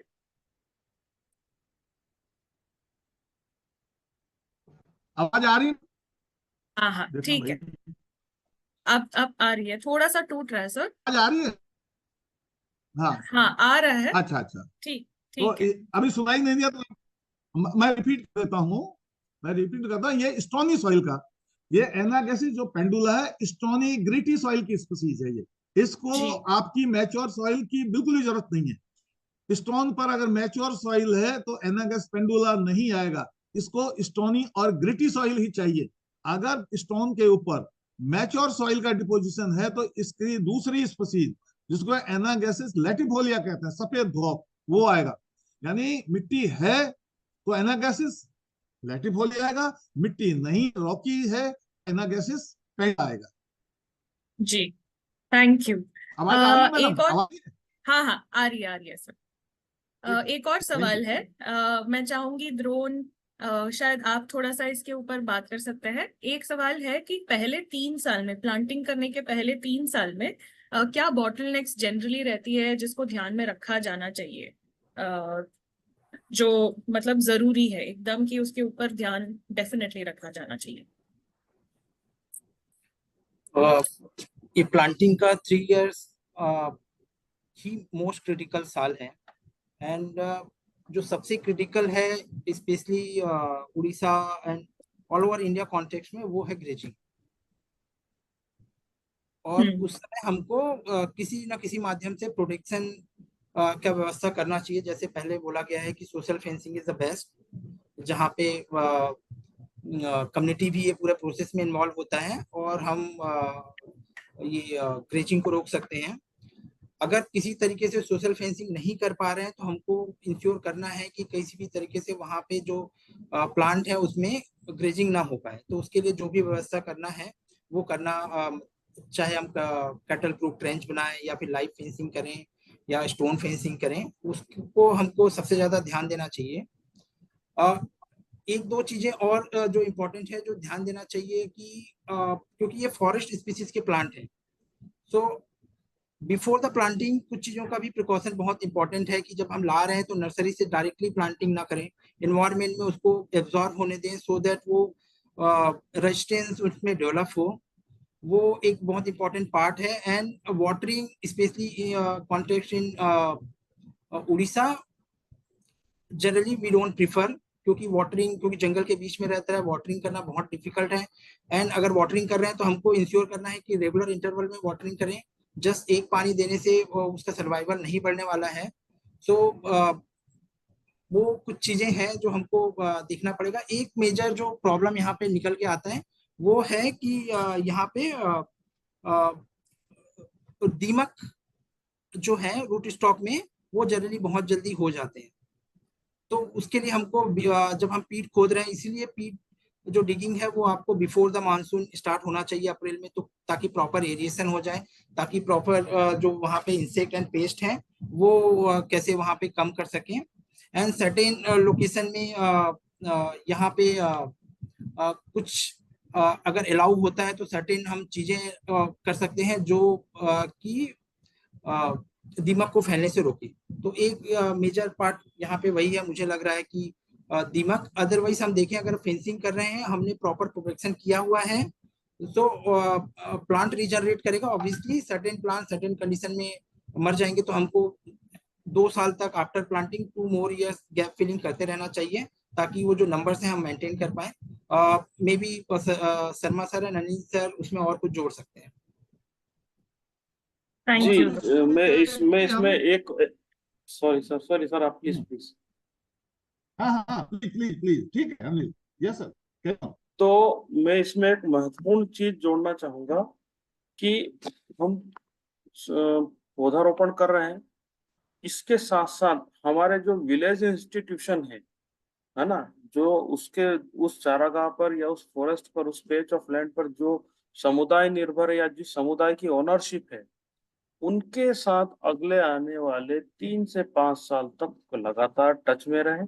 उनके अंदर ओनरशिप जो अगर जा रही है उन पौधारोपण को लेकर, उन पौधा लगाए गए पौधा को, तो उसको हमें स्ट्रॉन्ग करने की बहुत जरूरत है।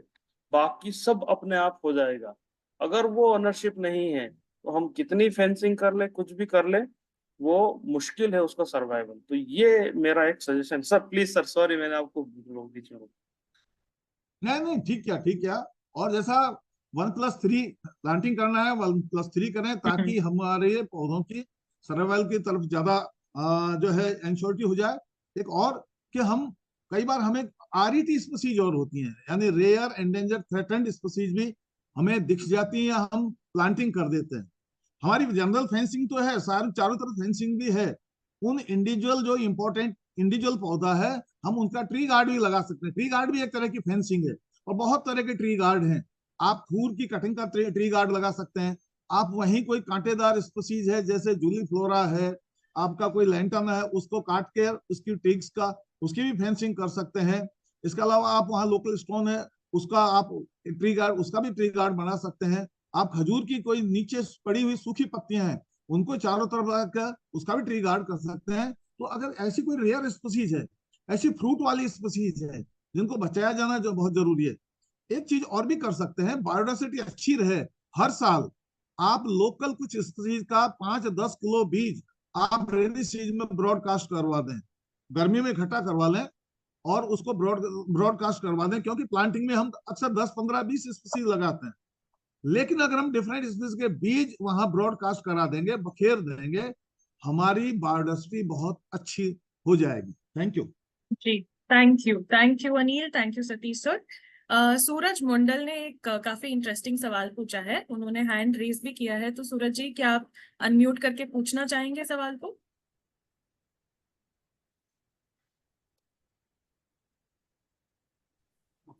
Hello, Audible? हाँ, सुनाई दे रहे हैं आवाज? बिल्कुल बिल्कुल, बोलिए। तो हम लोग भी कुछ प्लांटेशन का काम करते हैं मध्य प्रदेश में अभी। नॉर्मली रेनफेड में हम लोग कुछ शाजा कावा का, अर्जुन का प्लांटेशन कर रहे हैं सेरिकल्चर के पर्पस में। तो हमारे पास जो प्रॉब्लम्स हो रहा है कि ये हीट वेव्स लास्ट 14-15 डेज से काफ़ी ज़्यादा है। रॉकी एरियाज है, और अभी 1-2 रेनफॉल हुआ है तो प्लाउइंग भी शुरू हो गया है। तो हमें जो लेबर का ज़रूरत हो रहा है पीट डिगिंग में, तो वो बहुत शॉर्टेज हो रहा है। तो जैसे ड्रोन भाई और बाकी एक्सपर्ट्स में पूछना चाहूँगा, और भी लोग हैं हमारे साथ, कि हम लोग लेबर मोबिलाइजेशन में क्या क्या तरीका इस्तेमाल कर रहे हैं, कैसे कन्विंस कर रहे हैं, तो उसमें कुछ मदद मिल सके आप लोगों से तो बेटर होगा। ड्रोन अनिल, आप थोड़ा सा इस पे कुछ बोलना चाहेंगे? देखिए, जो अगर आपने अभी तक पिटिंग नहीं किया है तो मैं आपको एक सलाह दूंगा कि थोड़ा सा हम, जो अगर हमारे पास पिटिंग और लेबर भी नहीं मिल रहा है ना, श्रमिक नहीं मिल रहा है हमें, तो कोशिश मैं बोलूंगा आपको कि आप पिटिंग ना करें। उसकी जगह आप जो जंगल में जो एक पेड़ है जिसके कई सारे बीज एक जगह इकट्ठा हो जाते हैं और वो उग जाते हैं बरसात में, है ना, पहली बारिश दूसरी बारिश के आसपास, उनको वाइल्डलिंग बोलते हैं, है ना, जंगली जो पौधे के बच्चे हैं उनको ले जाकर ट्रांसप्लांट करें, तो आपके लिए दोनों समस्याओं का हल मिल जाएगा कि आपका रिवेजिटेशन की एक्टिविटी भी पूरी होगी और आपकी जो श्रमिक के मिलने की समस्या है उसका भी समाधान हो जाएगा।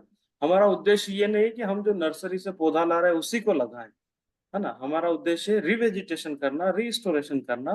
तो इस तरह से एक तो ये तरीका है। एक है कि आपके पास जो अगर आपने बीज इकट्ठा किया है तो उस बीज की बुआई अभी से कर दी। आप जैसा बोल रहे हैं कि एक रेन शावर 1-2 आ चुका है और बहुत जल्दी 10 से 12 दिन 15 दिन में आपके यहाँ बारिश भी आने वाली, तो जितना जल्दी हो सके आप सीड जो है उनको सीड को नोचिंग करके उनको जमीन में बुआई कर दें।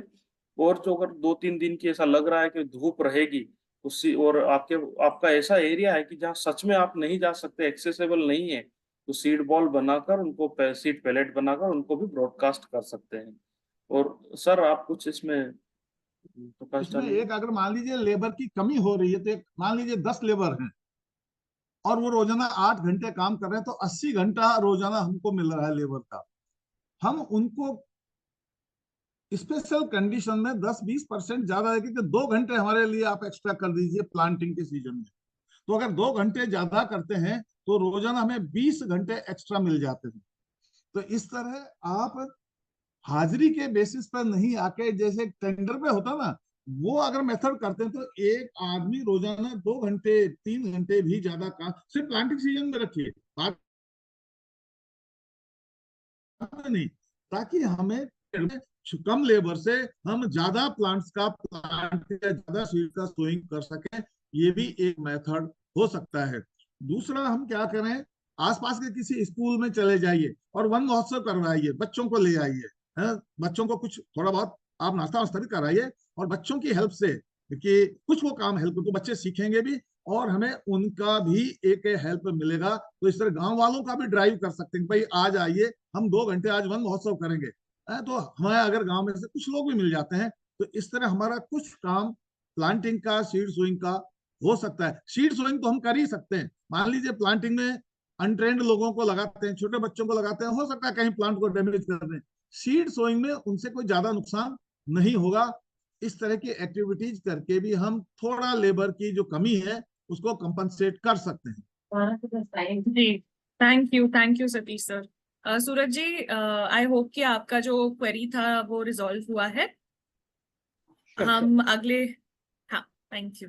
हम अगले सवाल की तरफ बढ़ते हैं। सर, एक सवाल है कि अगर ऐसा कोई एरिया है जहाँ पे हाई वोल्टेज इलेक्ट्रिसिटी और इलेक्ट्रिकल टावर्स का प्रेजेंस है, बट ऐसा भी है कि वहाँ पे प्लांटिंग करना, रिवेजिटेशन करना भी जरूरी है, तो फिर कैसे आगे बढ़ना चाहिए ऐसे सिचुएशन में? देखिए, आपके ये देखिए कितनी ऊंचाई पर तार है। तो हमारे पास नेचर ने हर हाइट का प्लांट दिया है ना। आपको बहुत टॉल हाइट वाले प्लांट भी दिए हैं, उससे कम हाइट वाले भी दिए हैं, उससे कम हाइट वाले भी दिए हैं, और बुश भी दी हैं। आप बिल्कुल वेजिटेशन रिवेजिटेशन करिए, लेकिन हाइट को ध्यान में रख के इलेक्ट्रिक वायर हमसे कितनी हाइट है, तो आप वहाँ बुशी प्लांट कर सकते हैं। जो छोटे ट्री जिनको हम अंडर ट्री कहते हैं, आप अंडर ट्री का प्लांटिंग कर सकते हैं, टॉल ट्री मत करिए। और यही एक नियम है। आप ग्रासेज का प्लांटिंग कर सकते हैं, उसके नीचे ग्रास डेवलपमेंट हो सकती है। तो हाइट के प्लांट या बुश या यूजफुल ग्रासेज, ऐसे प्लांट आप उनके नीचे लगा दीजिए, तो आपका ये प्रॉब्लम बहुत आसान हो जाएगी, कोई दिक्कत इसमें नहीं है। जी, ओके। एक और सवाल है कि अगर ज्यादा बारिश होने पर तावला टूट जाता है तो उसमें लगा बीज भी बह जाते हैं, तो इसके लिए क्या करना चाहिए?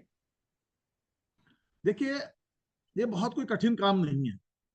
आपको थावले का एक मैं थावला का नाम ले रहा हूँ, शायद आपको थोड़ा इन्वर्टेड थावला। आमतौर पे हम थावला कहाँ बनाते हैं? स्लोपी लैंड में, प्लांट के डाउन स्लोप में हम थावला बना देते हैं। तो जैसे पानी इकट्ठा होता है और पानी इकट्ठा होता है और पानी इकट्ठा हो रहा है, तो कहीं एक जगह से थावले का जो बर्म है वो टूट जाती है। आप क्या करें, ज्यादा मिट्टी पहाड़ की तरफ से लीजिए, यानी कि ऊपर की साइड से। आपका इस जो अपसाइड है, अपसलोप है, उस उधर से मिट्टी खोदिए।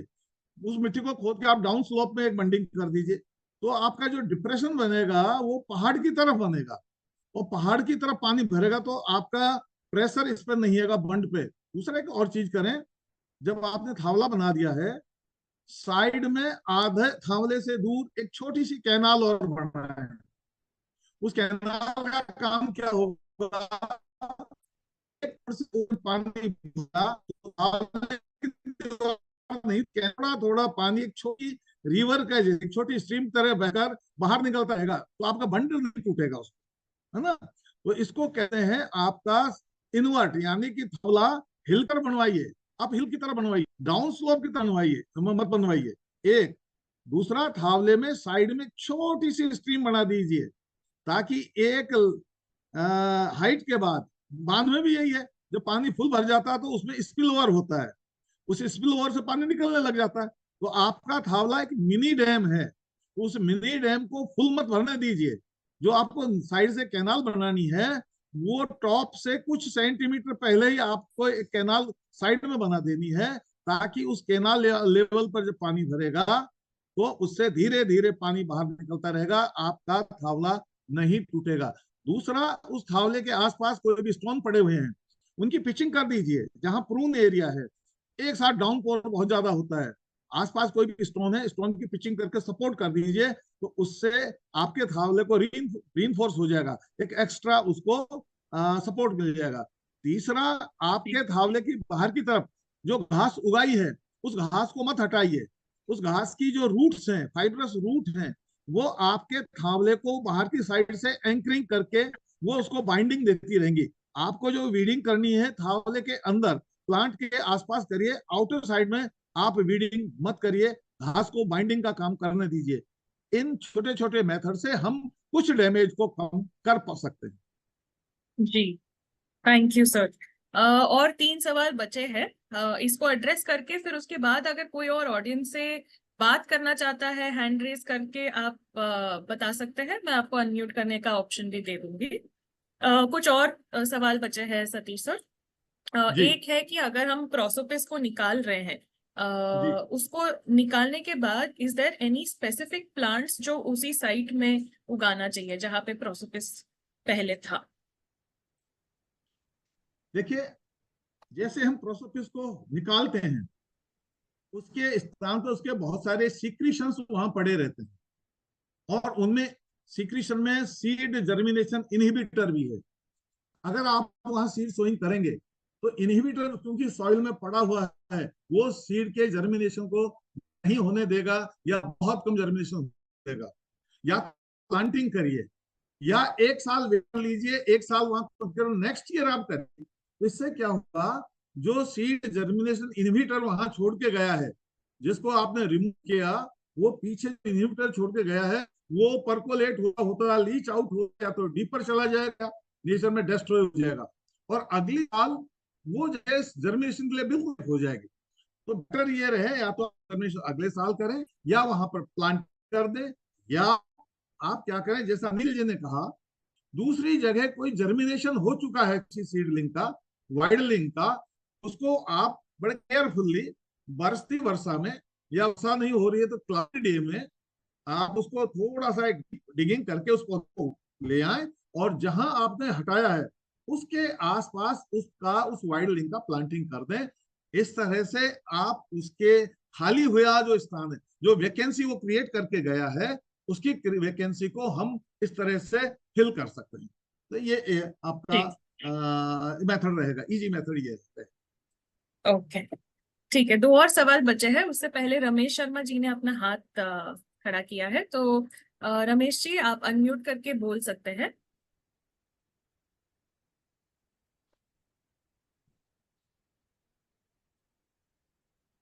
नमस्ते मैम। ठीक। हेलो, मेरी आवाज आ रही है मैम?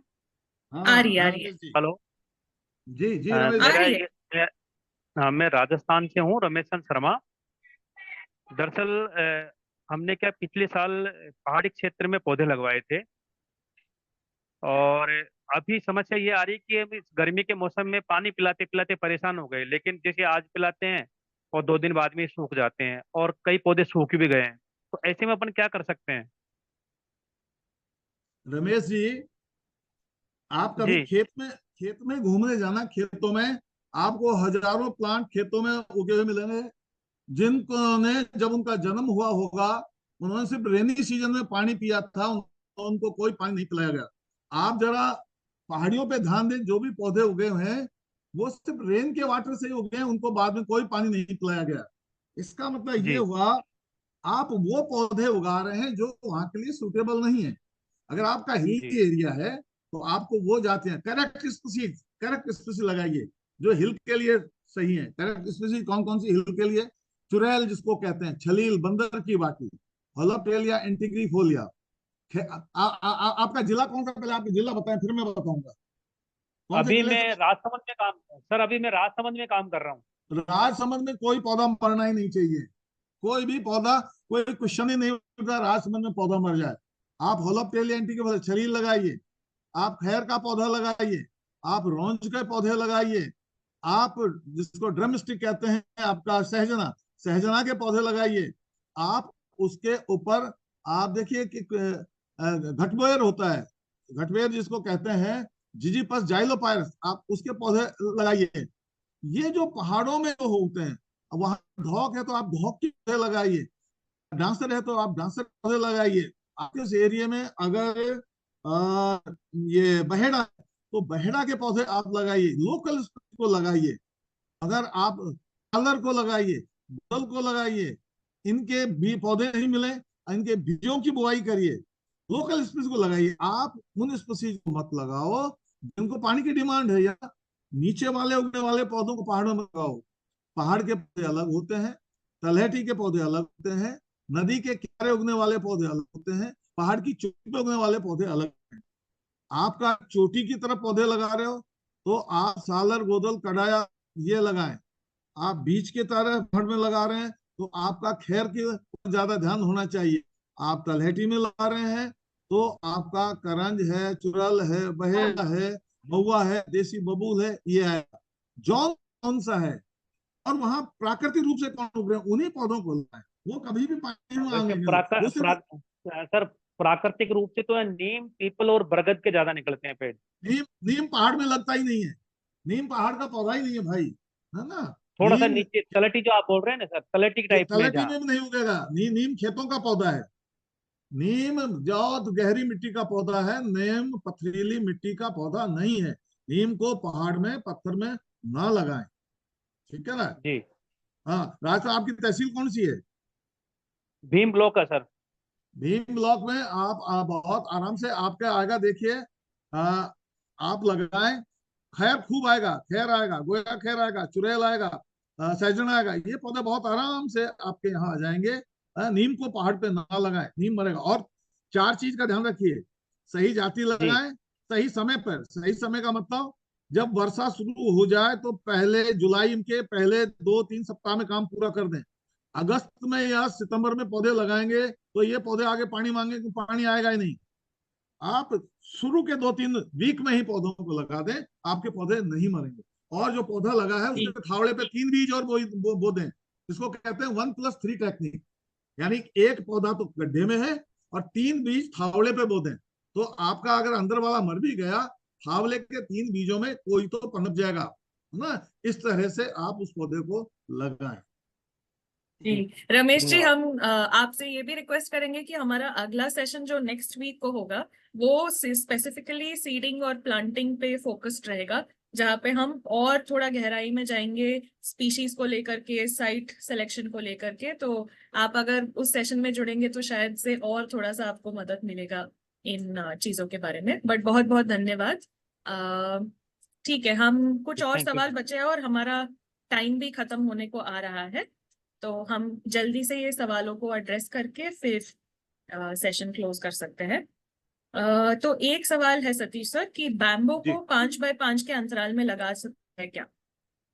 देखिए, आम का पौधा आगे जाके काफी करीबन 20 साल के बाद देखिए काफी ज्यादा फैल जाता है, काफी फैलता है आम का पौधा।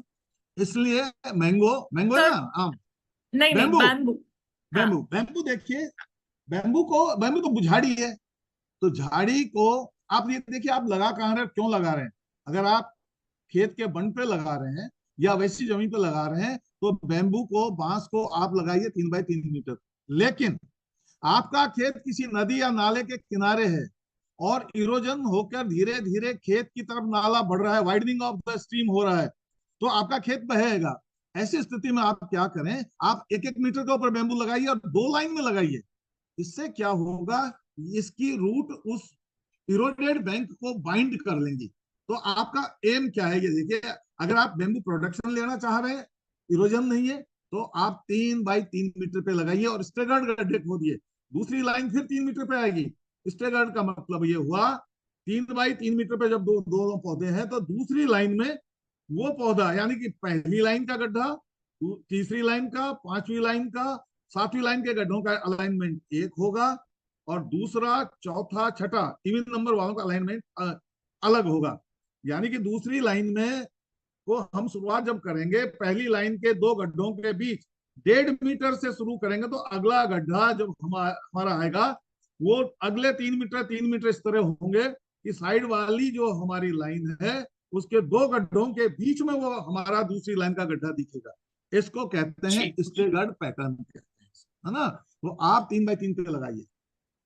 Thank you Satish sir. एक और सवाल है प्लांट सिलेक्शन को लेकर के धर्मराज मीना जी का। मैं आपको बोलूंगी कि ये स्पेसिफिकली जो नेक्स्ट सेशन होगा वो इसी के ऊपर रहेगा।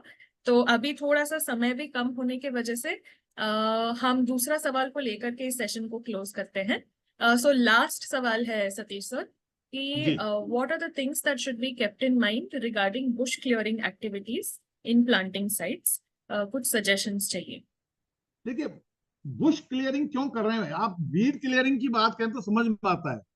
अगर बुश नेटिव है, वहां का अंडर स्टोरी बना रहा है, तो उसकी अपनी एक यूटिलिटी है, तो आप बुश क्लियरिंग ना करें। हाँ, if the status of the bush is a weed, exotic invasive weed, then definitely we should to remove to eradicate the species. Principle क्या है, इफ एरिया इज स्लोपी, ढालू एरिया है, तो हमारा वीड जो इरेडिकेशन है that should be from top to bottom. सबसे पहले टॉप का हटाइए, फिर आप नीचे आइए, फिर और नीचे आइए, इस तरह आप टॉप टू बॉटम अप्रोच करिए। If your area is flat plain, तो सेंटर टू पेरिफेरी की तरफ जाइए, पहले सेंटर में हटाइए, फिर और बाहर, फिर और बाहर, और सबसे बाद में आप बाहर की जो आउटर मोस्ट फेंसिंग है उस तरफ जाइए। दूसरा, जो भी आप वीड हटा रहे हैं उसको तब हटाइए जब उसका फ्लावरिंग फ्रूटिंग से पहले हटाइए। अगर फ्रूटिंग हो गया और आप वीड को रिमूव कर रहे हैं तो सीड तो नीचे गिर जाएंगे, फिर एक नई जनरेशन फिर आ जाएगी। इसलिए जिस भी वीड को हटाना है फ्लावरिंग फ्रूटिंग से पहले हटाएं। किसी भी वीड को काट कर मत हटाइए, जला के नहीं, अपरूट करिए, रूट बाहर आनी चाहिए। क्योंकि अगर आपने काट के हटा रहे हैं तो कॉलर जोन से, रूट जोन से फिर से नया स्प्राउटिंग आ जाएगा, जिसको कॉफिसिंग कहते हैं। नए कॉफिस आ जाएंगे, नए शूट आ जाएंगे। तो आपने प्लांट नहीं हटाया, सिर्फ उसका एरियल पोर्शन हटाया। हमें एरियल पोर्शन नहीं हटाना है, एरियल और underground all whole body, maximum whole body को पुल आउट करना है, ताकि कोई भी उसका पार्ट जमीन में नहीं हो तो रीजनरेट नहीं करेगा। और वीड को हटाने के बाद में उस एरिया को वेकेंट नहीं छोड़ें, उस पर आप कोई प्लांटिंग या सीड सोइंग, ग्रास सोइंग कर दें। अदरवाइज क्या होगा, जो भी और दूसरी वीड है अगर उसके सीड वहां पड़े हैं या सेम वीड के सीड वहां डोरमेंट पड़े हैं, वो फिर से रीअपियर हो जाएंगे, फिर से रीजनरेट हो जाएंगे, और या तो सेम वीड आएगी या कोई दूसरी वीड आ जाएगी। इसलिए एरिया को आप रीजनरेट भी तुरंत कर दें। और कुछ भी नहीं है, आपको सीड नहीं है तो आप, और नहीं तो आप जो भी लोकल घास, ज्वार बाजरा ही बो दीजिए फर्स्ट ईयर में, ताकि सेपरेशन बना रहे वीड के बच्चों पर। ये इसका मेथोडोलॉजी है।